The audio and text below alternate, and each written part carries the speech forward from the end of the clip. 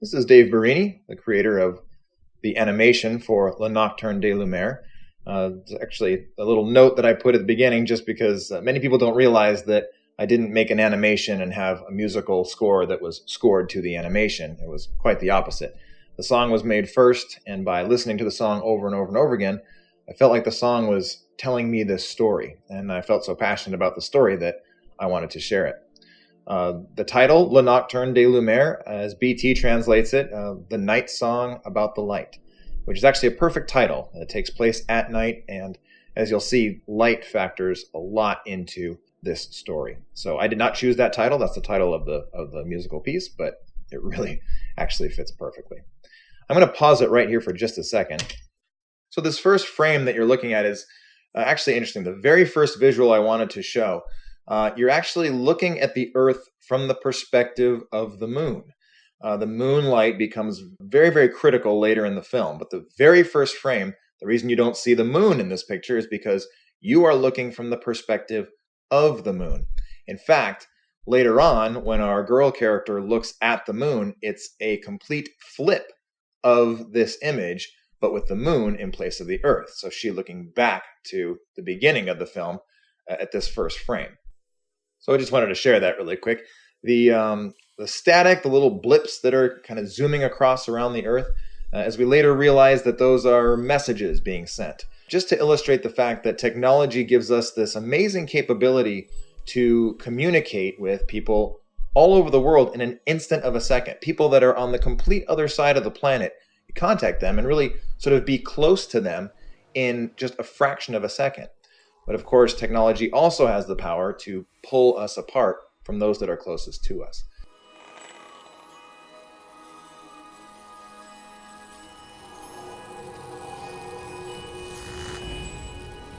So here you see the mother, of course, worried. And this is the longest shot in the film right here.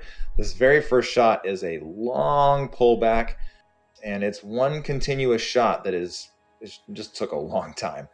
It actually covers, I think, 2 to 3 miles of digital distance here as we fly above the city. And of course, wanted to illustrate that the distance between the mother and the daughter right off the bat, seeing that they are distanced from one another.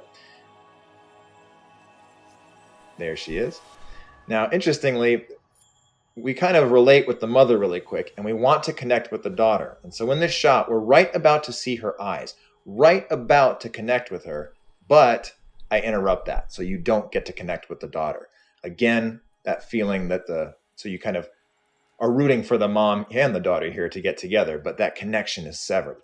Now, these blue blips, as I call them, are simulating this technology, like a message being sent or a social media post. And the color blue is this sort of, the color blue represents the coldness of technology. Even though it has amazing capabilities, there's kind of a coldness to it.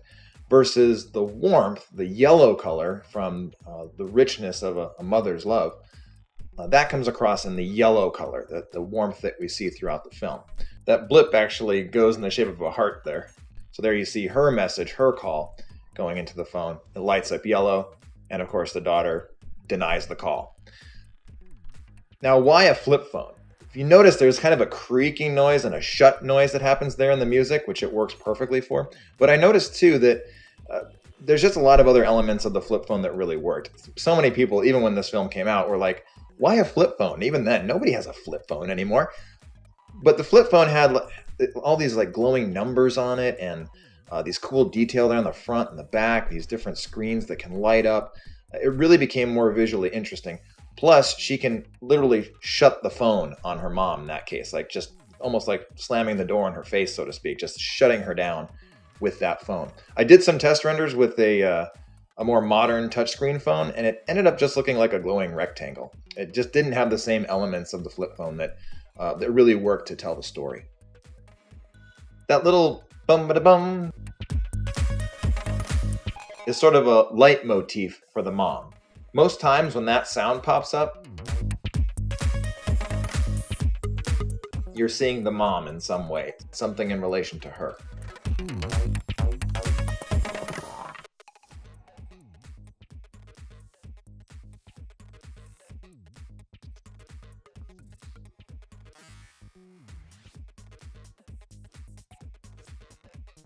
tried to convey as much emotion as I could. Of course, the eyes are just glowing white dots and there's no dialogue.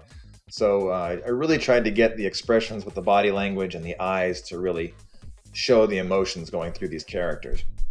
Now, these little blips that come out of the phone and out and into the computer, they've got a lot of character to them, which I really like. The different sounds, I tried to actually make the movement of the blip match the movement from the sound, which was really fun. Each of those is animated very, very particularly.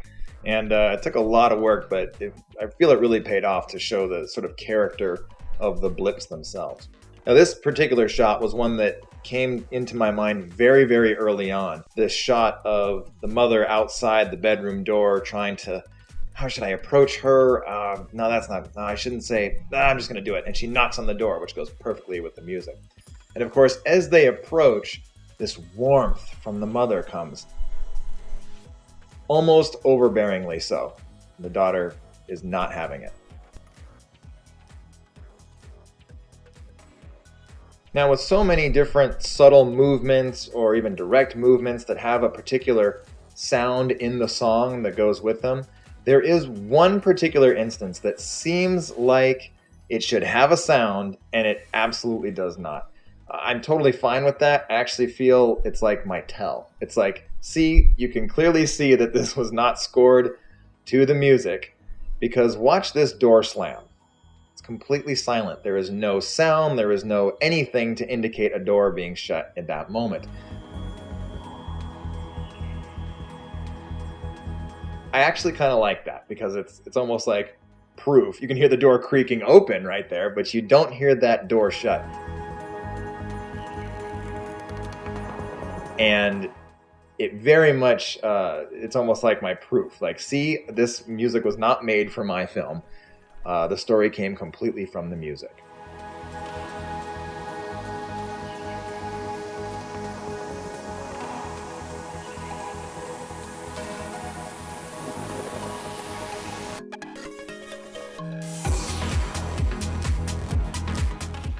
Now, in this animation, when the girl is having a bad attitude, she's always facing to the left and headed towards the left away from the mom. When she's having a good attitude, she's facing right, or when she's starting to connect with the mother, she's facing to the right. Likewise with the mother, she's always facing left, trying to connect with her daughter. I did this because, at least in Western culture, things tend to move from left to right. We read left to right. Many of us grew up playing video games. Mario runs left to right. So when the daughter is running or walking left to right on the picture plane of the screen, we almost have a sense that she's progressing. She's moving forward in some way, even though it's just a direction left to right. But that was a conscious decision to make her move in that direction. So it keeps the players grounded where they're at. We know she's sort of way off to the left, the mother's way off to the right. And the closer and further that pull gets, we get feedback from that. I love that she's almost weakened at that point. Her mother's love is so strong, she's having a tough time. The daughter is having a tough time fighting it anymore because the mother's love is so strong. So 3 times the mother has tried to make a connection. She's tried calling her on the cell phone. She's tried walking up to her directly face to face. And she's tried just sort of clutching her heart and loving her just deeply. All those ways have failed to connect. However, they do have a connection right here when they're both looking at the moon. So much of this film is lit by man-made light sources. The light coming up from a cell phone, the light coming from a laptop screen, recessed can lighting in the kitchen. But of course, a predominant light source is the moon. But the characters don't ever look to the moon, and as the viewer, we don't see the moon until this one critical moment. And it's when the mother and the daughter are both looking at that natural light source, at the same time, their natural affection for each other is reignited. And there's a connection, even though there's no technology involved.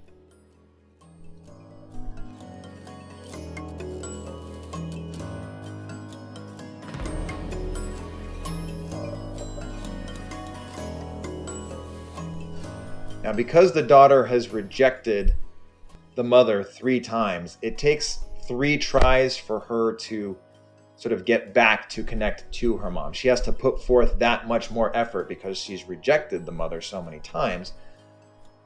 Here's her first attempt. She's going to use technology, the phone. She's going to walk over and use the telephone to try and call her. Now, many people, of course, at this point wonder, why doesn't she just pick up her cell phone and call her mom?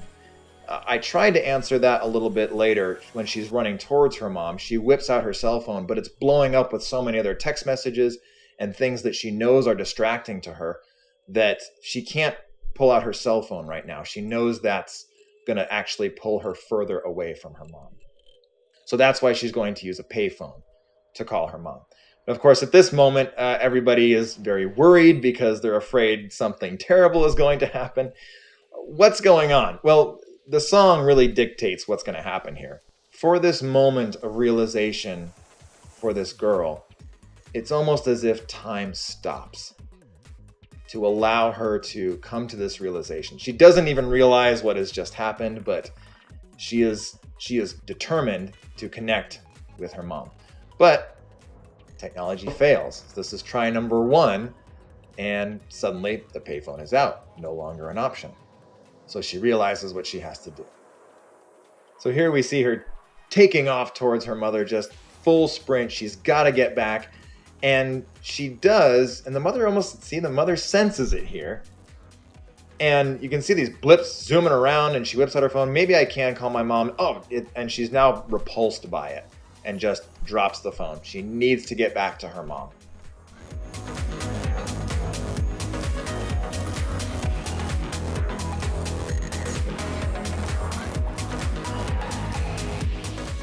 There's one part here that gives me chills, actually. It's a very slight sound that comes when she drops the quarter on the floor. It was one of the last things I remember figuring out in this song that just made me feel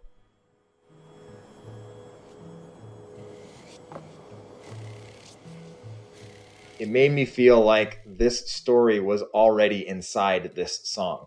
I felt like I have to make this soon because if somebody else listens to the song, they're going to hear the story and they're going to make the animation. It was that real to me. And at this point, 3rd try, they finally do connect. And we have a happy ending. Thank you so much for watching the director's commentary.